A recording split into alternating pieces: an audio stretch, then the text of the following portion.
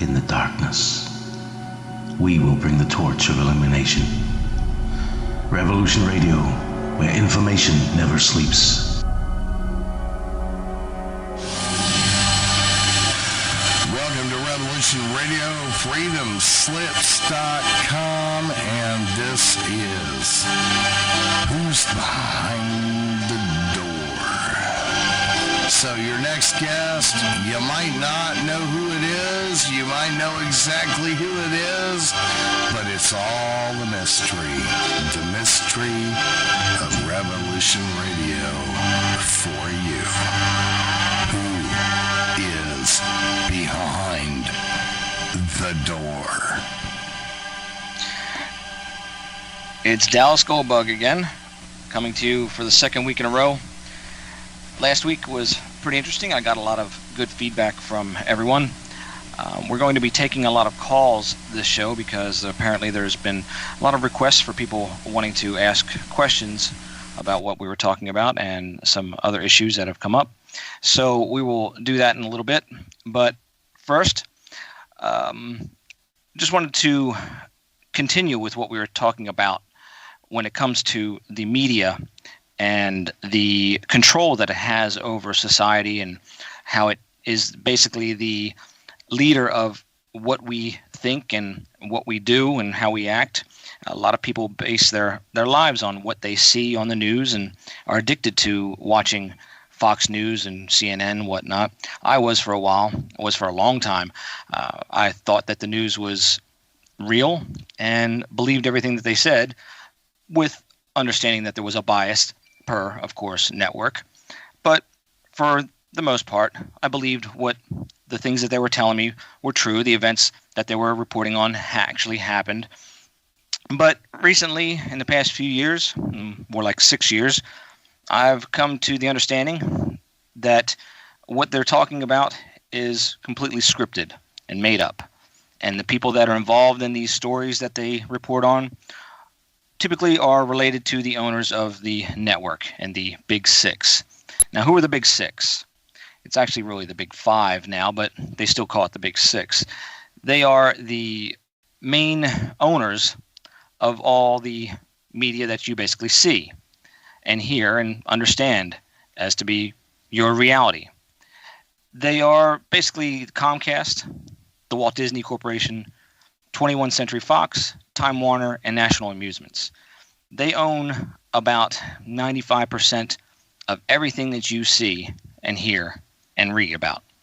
This includes video games, books, newspapers, print, and of course TV and all the movies that you watch, the studios.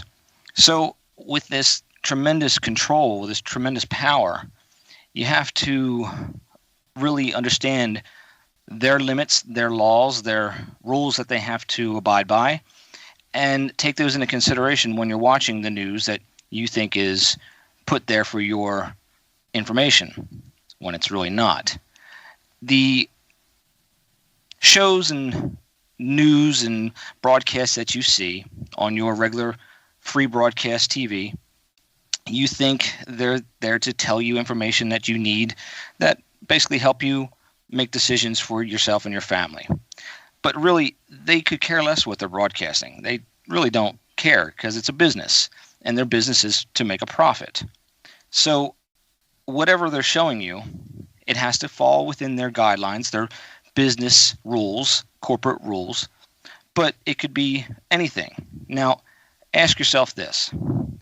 Is it more expensive for them to actually go out and do real reporting and then have to run that by legal to make sure that they're not saying something that could get them in trouble or hurt an investigation, whatnot? Or would it be easier for them to just create and script out these events, and then they would own the rights to that video or that event, and they wouldn't have to worry about people suing them for privacy problems? So what do you think they would do as a corporation? What would they decide to do?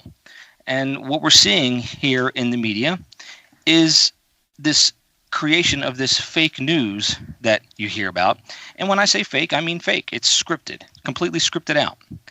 So you have to understand it's in their benefit to use the laws, the free speech, the ability for them to do this to make a profit instead of risking that profit when it comes to reporting on real events. So understand that and really look at the news as something that possibly you hadn't looked at it before in this way. But I think once you do, your eyes will start to open up, and you'll start to see that what it is that you're actually watching. So Sumner Redstone is one of the owners of the Big Six. He owns National Amusements, and he's the one that coined the saying "content is king." He also coined the phrase "content may be king, but distribution is a close prince." So they're focusing on distribution of anything that's going to make them a profit. They don't care what it is, like I said. So the news falls underneath this category. Also, what falls under the category is the ability for the military and for law enforcement to take a stake in this type of media propaganda. They know that it's important for them to control or manage the perception of society. They have to do this in order to push for their wars and push for their political agenda, whatever that may be. So would it be advantageous for the law enforcement or for the military to be involved closely with the media conglomerates? Of course it would. Of course. Who else is higher than the military? No one. So they are basically in control of these mainstream media outlets. So if you think that you're going to see something or read something in their publications or on their networks that will basically tell you the inside information or tell you who's behind it all or the methods by which they propagate this information and why, then you're fooling yourself. You're absolutely fooling yourself because they're never going to tell on themselves. They don't have to. Now, the argument that I hear all the time is, isn't this fraud? Isn't this illegal? How can they do this to the public? Aren't there laws that stop them from using propaganda against the American people? Well, the same thing that protects you and I when we speak, or what I'm doing right now, telling you my opinion and things that I've uncovered in my investigations, I'm covered by my freedom of speech. So as a corporation, remember we talked about this last week, that corporation is considered a person. That person has the same rights that you and I have. Unfortunately, they don't have the morals that you and I have to abide by. They're allowed to do things that you and I would not do. And with that freedom that we have, so comes the people who use that for their benefit and abuse that, in my opinion. And that's what we see today happening. How long has it been happening? I couldn't tell you. But from what I've seen, I can trace it back as far as past the beginning of this country and pretty much to the time of the Romans, which we see their very big interest in, of course, theater. So these families that were in the royal level of society back in those days have, of course, their family tree and their lineage. From that time to today, that is a lot of people. That's a very large number of people. So people ask, why? How can they keep this a secret? Well, first of all, what is it that they're keeping a secret? It's business. They're just doing their business. Their family business is the media and promotions and marketing, etc. So they're not doing anything illegal because they're covered by, of course, the First Amendment. Fraudulent acts would be them selling you something that is not what they've claimed it to be. But nobody ever forced you to believe what you see on the screen. This is the problem. We've automatically assumed that what we see on that screen is the truth. We see a nice set designed, $100,000 set, $200,000 set with a guy in a nice suit sitting there with his commentary. And we look at that and go, oh, well, obviously this guy has some credibility because, of course, he's with one of these big networks. When the actual opposite is so much closer to the truth. So understanding that these corporations are in this game for profit. Understand that they have laws that they have to abide by, and those privacy laws. There are things that I was speaking about last week that you can use as your tools to ensure that what you're watching is in fact real or not. You have a set of guidelines that I've been talking about for the past 6 years, and some of them happen to be things like HIPAA laws, where a health care provider, a hospital or nurse or doctor, they have, of course, limits to what they can say about a patient or even admit to having a patient by name. So when you see a hospital liaison talking about a school shooting and they're talking about patients, you have to understand that that's not real. They wouldn't do that. They would lose their license. When you see the news media talking about minors being murdered or injured in one of these events, these school shootings or mall shootings, whatever, understand that that is not a real event because they cannot say things like that or they would be sued. And remember, every single one of these networks has a whole host of lawyers sitting there reviewing every single word that is going to be said on the teleprompter. Every single word. They stop things from being said that would cause them to possibly get sued because their objective is to never compromise their license to broadcast. That's the number one thing for them. So when it comes to a decision of whether to air a story or not, they will always say no if there's any chance of them getting sued. So when the news media run around and they have these camera crews with them and they're interviewing people out there on the streets, if you've ever been interviewed, and I have, you know that they make you sign a waiver, of course, giving them the right to use your image to broadcast. Now, why would they do this? You're out there in the public, aren't you? Isn't it free game to videotape anybody out there? Of course. Yeah, absolutely it is. But that is for your personal use. If I were to go outside with my video camera and you're standing out there and I videotape you, that's fine. I'm absolutely within my rights to do so unless I'm climbing a ladder or peeping in your windows or doing something like that, which is illegal. But if we're on the streets and I'm videotaping you, talking to you, whatnot, I'm allowed to use that footage. But a news agency is a business. They're not a person like me, and they have to abide by business rules. So because they advertise and they are in business for a profit, they have to get your permission in order for them to use your image and likeness.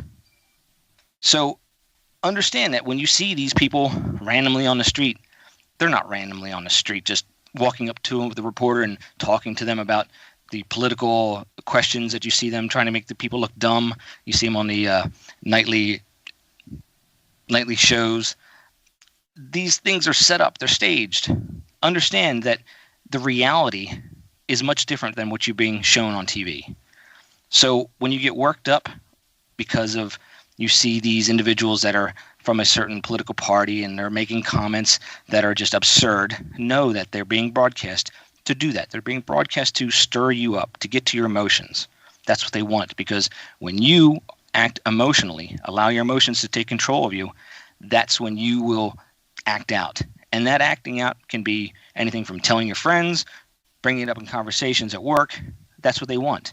That continues the longevity of that story. The more you talk about it, the more you tweet about it or blog about it, that's more for them when it comes to the story and the time frame that it can exist in the reality that it is. So, how do you combat this?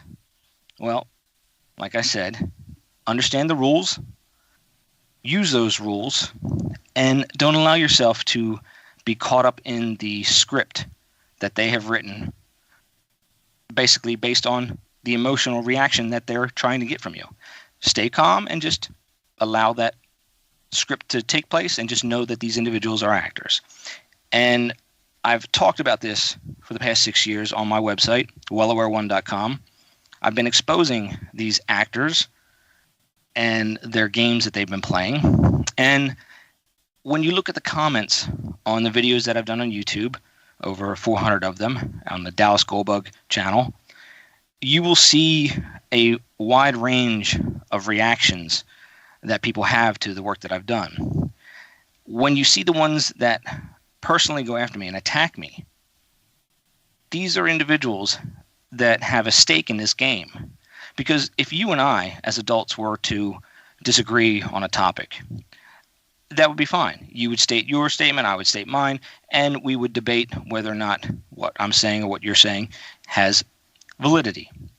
You wouldn't automatically just start jumping in and throwing insults at me about my family or about me or personal friends. That doesn't happen unless you feel threatened. So when people start to take it to that level, know that they have something in this game that they're feeling threatened by my work. And that automatically makes them take it to a next level and get very angry about it. I don't mind when people disagree with me. I hear it all the time. But you can definitely hear a difference between those that are authentic and genuine with their disagreeing and those that are in it for a different reason. So that's what I wanted to start off with tonight. So when we do take phone calls, we may run into some of those people that want to attack. It's just a matter of time before some of those people decide to, but typically they usually are pretty quiet when it comes down to it, but you never know. So I think we will start taking some phone calls if there's people lined up. I don't know if there are. I have to find out from my producer here. But until that happens, we can continue on with some of the news that we were talking about. Oh, trying to get something from my... Hang on. Hold on one second. Trying to get some information from my producer. And I think we're good. But not yet. Okay, fine. So I think, okay, we're ready to take some phone calls. So if you want, you can call into the studio. I don't know the number, but can you, can my producer? There you go. East, west, north, south, and all other areas of the Rockies. Talk to the Dallas Goldbug. Dial 347-688-2902, 347-688-2902, or 415-691-6204.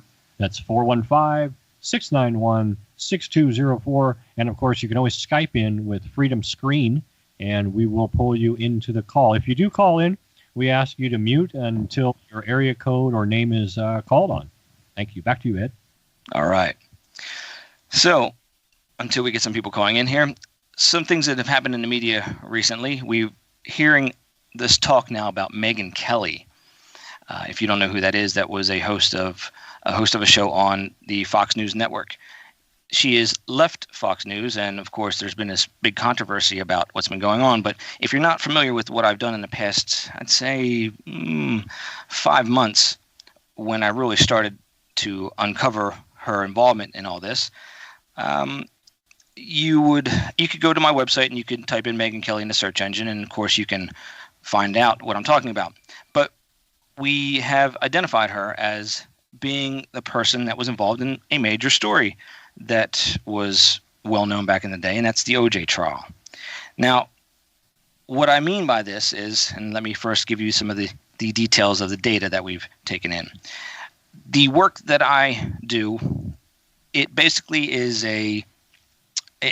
uses multimodal forensic analysis. And what do I mean by that? We're back with Mr. Zach Levine. Law How you guys enforcement, doing? All right, and I let's spoke roll, about Zach. this last Top 10 week, dunks. use Wow. biometrics daily to identify people. And one of those main biometrics is your fingerprints. The fingerprints that you have, of course, are unique to yourself. Even a twin, they do not have the same fingerprints. So you have many other features on your body that can be used that are unique to yourself. People assume that the face is something that's can be used, but honestly, that can only be used to a certain limit because your face is actually the most changing part of your body. So to use that as a base reference is very difficult sometimes, but of course, it can be done. So other parts of the body that are recognized by the courts and by government agencies as being unique to the individual are the ears. And one of the other ones is the dorsal, the back of the hand, the veins. The bifurcation points, and those are the joints where the veins separate and are joined together, are unique to yourself. They are set in place when you're born, and the only thing that they do when it comes to change is as you get older, when you're, of course, in your 50s and then past 50s, they will start to shrink in size, of course, for age. But the bifurcation points are there. They're set, and that pattern that you see on the back of your hand when the veins are visible is something that you can ID somebody with. So fortunately, the individuals that we are investigating are people that are involved in the media. So we have very good images to work with when it comes to the ears and the dorsal hand photographs and videos. With the now, of course, high definition broadcasts, this makes it even easier. So what we did was we took Megyn Kelly's hands, the back of her hands, and her ears, and we can grid that out and we can pattern the vein patterns and, of course, the inner ear patterns, and we can match them to Nicole Brown Simpson. Now, some of you won't believe this, but others, of course, have an open mind and can consider the data. But what you're told by, of course, Wikipedia and their other online bios is that she's a different age. Of course, they lie. This is easy. Nicole, well, let me start by Megyn admits that she has a brother and an older sister. We have some a break to go to, so we'll be back and talk about this in a few minutes. Radio, freedomslips.com, 100% listener-supported radio, and now we return you to your host.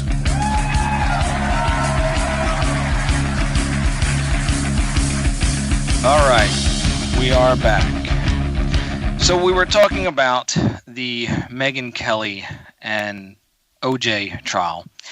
So what I did about 6 months ago was when I did the analysis, I came across the hand vein pattern and compared them to Nicole Brown Simpson. And I got a positive match. From that point, I went and I did the ears. The ears were positive match. So we find out that Nicole has a older sister and also has a brother. Now, what I've been uncovering with these staged events, and this happens pretty much every time, the people involved in the event, when you ID one of them, say, like we just did with Megyn Kelly, immediately look at the spouse or the siblings of that individual, and there is a very good chance, almost every situation we've had, where you will find that those individuals are playing supporting roles in that story that they are involved in. We see that with this situation with the OJ trial as well. We know her brother, and it's very difficult to find photographs of him, but I say that the photographs that I have found is you can compare him to Ron Goldman. Now, Ron Goldman and Kato Kaelin are the same person. You say, well, wait a second, hang on. They don't look alike. Well, they do look alike, except for there's one feature that's different, and that's his nose. So I claim that the photographs that you are being shown of that Ron Goldman, who was killed in the OJ trial, are photographs of her brother that was before a nose job. And, of course, after nose job, you have Kato Kaelin playing a role in this event as well. The more individuals that you have that can play multiple roles, and when I say play a multiple role, I mean all we're doing is we're seeing a photograph that we're being shown as Ron Goldman. He's not really playing any role. It's old footage. So it's really easy for them to play these dual parts.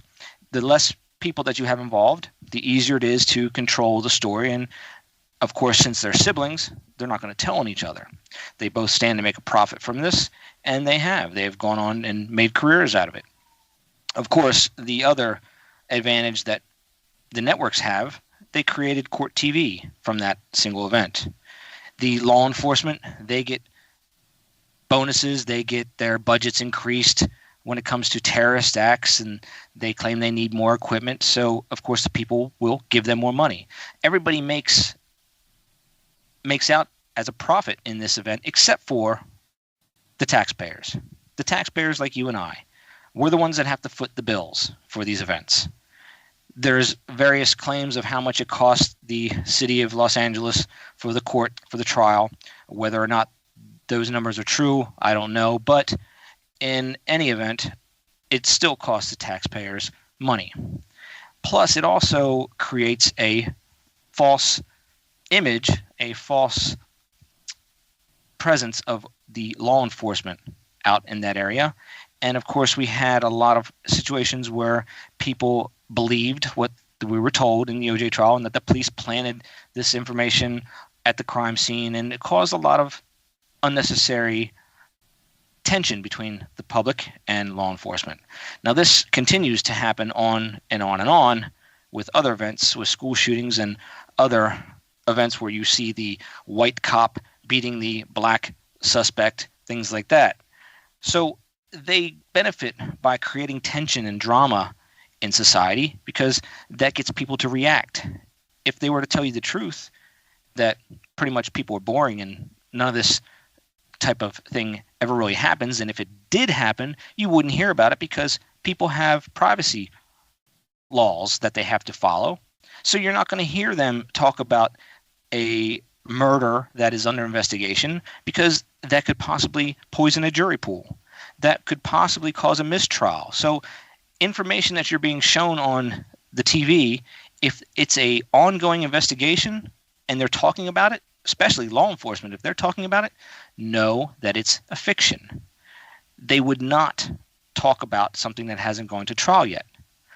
And I can say this from firsthand experience. When I was arrested here on my property, the first thing my lawyer told me was, if the media come and talk to you, you point them in my direction and you say nothing to them. And the reason why the media would come to talk to me was because my case involved a situation where it was a gray area when it comes to the gun ownership and gun rights issue. And if you don't know the facts of it, we can get into it later, but I took it all the way to the Supreme Court and I won. And I'm the reason why we have open carry in Texas, because of that one event that the law enforcement overstepped their boundaries and we had to set a precedent, and case law was set because of it. So there are multi-pronged advantages for the media and for the law enforcement to take part in these staged events. And of course, we see the actors getting their benefit, their bonus, whatnot, by, of course, getting their own TV show or getting to, well, Kato Kaelin got many TV shows or many type of walk-on acting gigs. But, of course, Megyn Kelly, she made out the most in this. Now, you say, well, wasn't OJ put in jail for this? Wasn't all his career destroyed? Well, OJ, his career was really sports. His career was over when it came to sports, and so therefore he's just now a pawn in the game. And, of course, he gets paid for doing these events. And you say, well, isn't he in jail? No, he's not in jail. The events that you see, they tell you these people are in jail. You can track down the fact that they're not by, if you look at the court documents that you can get by going to the courts. And I'm not saying by the court documents that you see online, because they can put whatever they want online. Don't believe what you see on a website. Just because it says it's from the courts might not be from the courts, or it could be a false document, a fake document. So what you have to rely on is the actual physical document that's going to be stamped by the court, by the county clerk, and it will be notarized. So you have to either order that from them or go down there and get it yourself. Now, they're not going to give you a fake document because that's illegal. They can't do that. So you're going to get the runaround. And if any of you out there have investigated some of these events, which I know some of you have, you hit that wall where they don't want to talk to you anymore, or they keep on pushing you aside until you basically get fed up. You can't get those documents. You can't get those public access to the things that they're talking about on the news because they just won't allow it to happen. So Megan, of course, Nicole Brown Simpson, we got the biometrics. They are a match. We got her brother playing the roles in the event. Now, as per her older sister, there was a girlfriend of OJ that was involved in this event, and they had photographs of her. She has very similar features when it comes to the hand vein biometrics, but of course, they are unique to each other. So they will share some similarities when it comes to the genetics, but they were different. And that person, I believe, played the role of OJ's girlfriend. So you have the whole family involved in this. They're all working together for this one event, and they get handsomely paid for it. They get rewarded for it.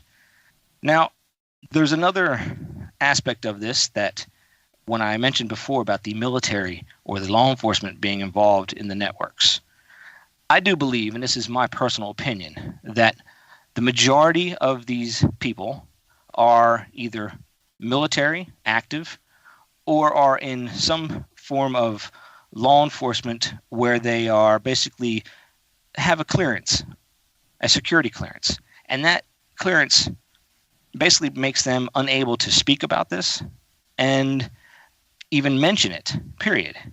So when I came out with this information about the OJ trial and Megyn Kelly, the following 2 days later after I released it, she disappeared for about a month. So people were wondering, where'd she go? What happened? I think that that's when they retrain her for basically handling any type of comments that would come to her about this information that I've released. Once she comes back, she was basically the same person. Everything was fine, but she said she just needed some time off. And at that point, it was pretty much, you could see the downward traveling of her career until the point where we have today where she's leaving Fox News. So we are in a situation where these individuals, once we out them, they react in a way that is pretty telling. And I get attacked all the time by these individuals and their friends and associates.